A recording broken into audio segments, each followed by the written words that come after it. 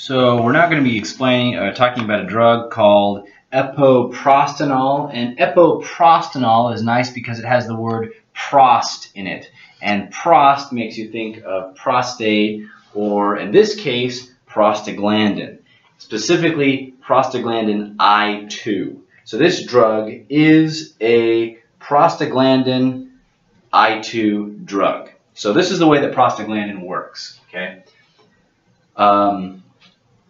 I'm going to work backwards and then I'm going to work forwards. Okay, so you've got a person here. They have pulmonary arterial hypertension.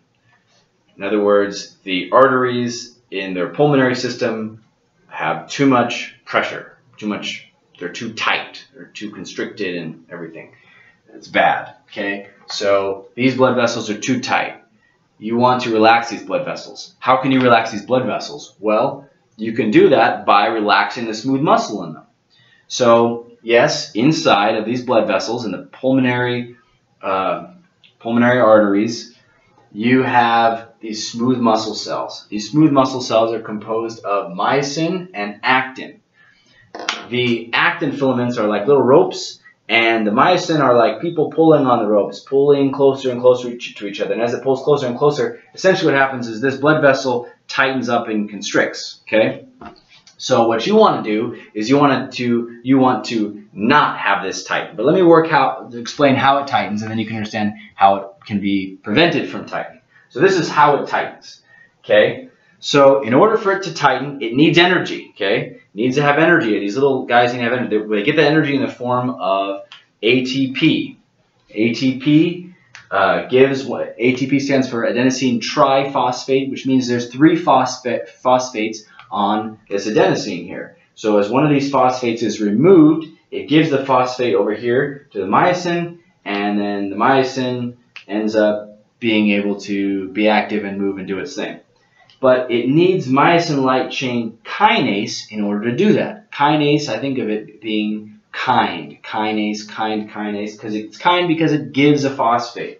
Okay, so it gives the phosphate here so this guy can have energy. But myosin light chain kinase has to be active first. And it's not active unless a molecule called calmodulin can activate it.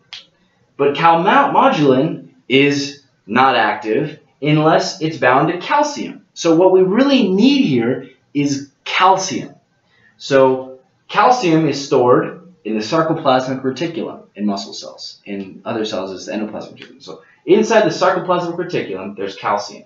So an event happens, triggers the release of calcium from the sarcoplasmic reticulum. Calcium binds to calmodulin. Calmodulin activates myosin light chain kinase. Myosin light chain kinase then uses the phosphates from the ATP and works to activate this so that the muscle can tighten down and you get vasoconstriction and you get pulmonary arterial hypertension in this case. So now we want to stop that process. So what we're going to stop the process, we're going to give our patient epo or epoprostanol for their pulmonary arterial hypertension. So epoprostanol is prostaglandin I2. Let me explain how this works. Prostaglandin I2, I remember prostaglandin D, prostaglandin I, and prostaglandin E. D-I-E sounds like die. Why? Because it causes things to relax most of the time. They die, they relax when they die. So D-I-E. So prostaglandin I2 works through GS-coupled IP receptors, ends up activating adenylate cyclase. Adenylate cyclase increases the levels of cyclic AMP. Cyclic AMP are going to, in this case, it's going to end up activating something called myosin light chain kinase phosphatase. Phosphatase takes phosphates. It's phosphatase takes phosphates. Okay? Where does it take the phosphates from? It takes them from these guys. So these guys aren't activated anymore. So it removes the phosphates. Remember, this needed phosphates in order to work. And it used these ATP. So this guy, when it's activated, takes away the phosphates. So prostaglandin I2 ends up activating this guy, which kind of does the opposite of what this guy does. This was a myosin light chain kinase, kind of gave the phosphates. This is a myosin light chain kinase. Phosphatase takes away the phosphates. Dephosphorylation.